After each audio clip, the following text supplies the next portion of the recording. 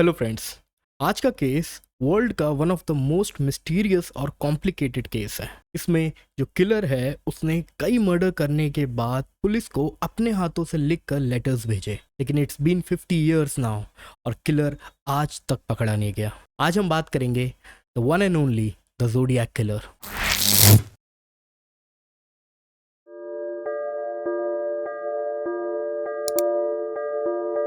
ये केस शुरू होता है 20 दिसंबर 1968 में वेल्हे कैलिफोर्निया की एक सुनसान रोड में दो high school student David Faraday और उसकी गर्लफ्रेंड बेटी लुई जेनसन एक रोमांटिक इवनिंग का मजा ले रहे थे। कुछ ही देर बाद वहाँ पे एक कार आती है, उसके सामने रुकती है।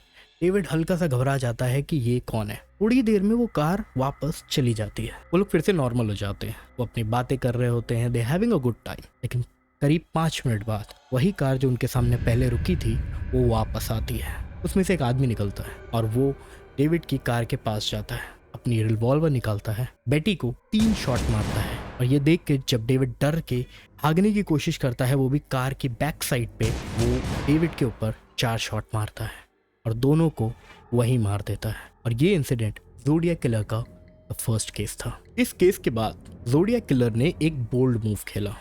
उसने एक लेटर लिखा। उस लेटर में किस तरीके से उसने मर्डर करा, कौन सी गन यूज करी, वो सब कुछ डिस्क्राइब करके लिखा। और प्लस उसने एक छोटा सा पेपर लिया, उसमें एक क्रिप्टिक लैंग्वेज में कुछ इन्फॉर्मेशन लिखी। वो माइट भी उसका नाम हो सकता है या जो वो कहना चाहता है, लेकिन वो एक साइफर कोड था। और उन दोनों को लोकल न्यूज़पेपर्स को दे दिया और जिस वजह से उसका ये लेटर पूरे कैलिफोर्निया में फैल गया।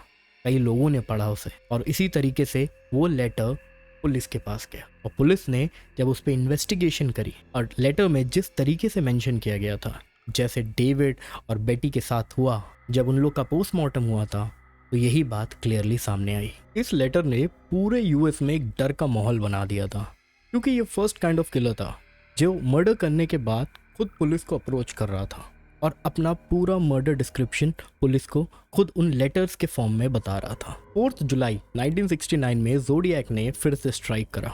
सेम वेल्हो के एक रिमोट लोकेशन में डार्लिन फिन और मिखेल मैगे, एक यंग कपल, वहाँ पे घूम रहे थे। और सेम पहले स्ट्राइक की तरह एक आदमी आया, उसने अपनी रिवॉल्वर निकाली और बैंग बैंग बैंग शूट कर दिया। लेकिन इस बार मिखेल बच गया। वो जब हॉस्पिटल पहुंचा, उसकी रिकवरी हुई और कुछ समय बाद जब पुलिस ने उसे डिस्क्रिप्शन मांगा, तो पहली बार ज़ोडिएक का फेस दुनिया ने देखा। लेकिन ये फेस ऐसा था कि कोई पहचान नहीं सकता कि एक्चुअल में ज़ोडिएक दिखता कैसा है। तो ये है वो फेस डिस्क्रिप्शन जो मिखेल ने पुलिस को बताया। किलर ने उस मंथ काफ़ी और लोगों को गनशॉट से मारा, लेकिन 27 सितंबर 1969 को 2 कॉलेज स्टूडेंट ब्रायन हार्टनेल और सिसिलिया शेफर्ड, जो लेक बेरेसा में एक ब्यूटीफुल आफ्टरनून एंजॉय कर रहे थे साथ में। सामने लेक थी, काफ़ी सुंदर सा सीन था। वो लोग बैठे हुए थे एक चद्दर बिछाकर, they having a good time. लेकिन कुछ ही समय बाद एक आदमी आता है दूर से। उसने वही गेटअप पहना होता है, एक ज़ोडिएक का साइन प्लस अ बॉक्स उसके चेहरे के ऊपर। जब वो उनके करीब आता है तो ब्रायन थोड़ा घबरा जाता है, लेकिन फिर भी वो हिम्मत रखता है, वो ट्राई करता है बात करने की। लेकिन जो किलर था तो ज़ोडिएक, उसने गन निकाली और ब्रायन की तरफ पॉइंट कर दी। सिसिलिया से बोला कि ब्रायन के हाथ बांध दो। उसने अपने पीछे से एक छोटी सी रस्सी दी और कहा इसे बांध दो। सिसिलिया ने उसे बांध दिया। बाद में ज़ोडिएक ने सिसिलिया को बांध दिया और दोनों को पेट की तरफ लेटा दिया। ब्रायन ने बहुत कोशिश करी, तुम्हें पैसे चाहिए तुम पैसे ले लो, तुम्हें जो चाहिए गाड़ी चाहिए गाड़ी ले लो, लेकिन ज़ोडिएक के मन में कुछ और था। उसने अभी तक काफ़ी किलिंग्स गन शॉट से करी थी, शायद वो बोर हो गया होगा और उसे कोई और चैप्टर भी लिखना था। इसीलिए इस बार उसने नाइफ से 30 टाइम्स ईच ब्रायन और सिसिलिया को स्टैब करके मार दिया। This is one of the most brutal way to murder someone. देखने में ऐसा लग रहा था कि शायद ये किसी रिवेंज का चक्कर है, लेकिन जब जो कार ब्रायन की बाहर खड़ी हुई थी वहाँ पे ज़ोडिएक ने ये लिखा। इससे ये क्लियर हो गया कि ये कोई रिवेंज किलिंग मर्डर नहीं है, ये किलिंग ज़ोडिएक किलर ने करी है। और बाद में सेम इसी डिस्क्रिप्शन का एक लेटर भी पुलिस को भेजा गया ज़ोडिएक के थ्रू, बाय यूजिंग पोस्ट और what ever he was using. लेकिन कहीं भी पुलिस उसको बैक ट्रैक नहीं कर पा रही थी कि ये पोस्ट आ कहाँ से रहे।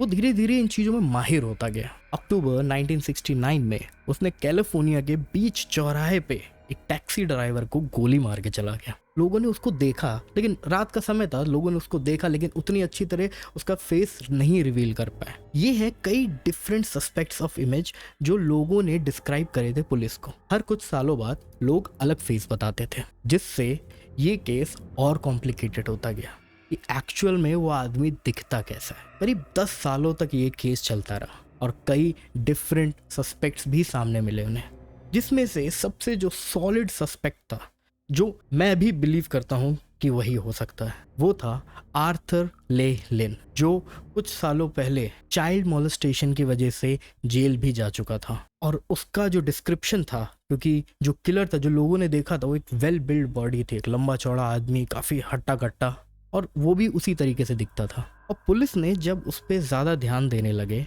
उसकी जो टाइमिंग थी वो मैच करते थे कि जब ये मर्डर हुआ था क्या वो वेल्हो पे था या वो सैन फ्रांसिस्को में था। कुछ इंसिडेंट्स में वो मैच हुए, तो ये काफ़ी स्ट्रॉन्ग पॉइंट बन रहा था कि यही किलर है, यही ज़ोडिएक है। लेकिन पुलिस को एक सॉलिड प्रूफ चाहिए था, तो पुलिस ने क्या करा, जितने भी हैंड रिटन लेटर्स थे जो ज़ोडिएक ने इतने सालों में पुलिस को भेजे थे, उन लोग ने एक हैंड राइटिंग टेस्ट करा, बट यहीं पे सब खत्म हो गया। हैंड राइटिंग टेस्ट फेल हो गया। लेकिन क्या आर्थर सच में था? जब कई सालों बाद उनके पड़ोसियों से और काफ़ी लोगों से पूछताछ चलती रही, तो कहीं ना कहीं लोग बता रहे थे कि आर्थर दोनों हाथों से लिख सकता था। वो राइटी भी था और लेफ्टी भी, वो दोनों हाथ से लिख सकता था। लेकिन जब आर्थर से ये बात पूछी गई, आर्थर ने साफ मना कर दिया कि मैं सिर्फ अपने राइट हैंड से लिख सकता हूँ, मुझे लेफ्ट से नहीं लिखना आता। एंड ये चीज़ दुनिया में कोई प्रूव नहीं कर सकता कि क्या वो लेफ्ट से लिख सकता है या नहीं, क्योंकि ऑफिशियली कोई रिकॉर्ड नहीं था। शायद उसने अपने जितने भी ज़ोडिएक के लेटर्स थे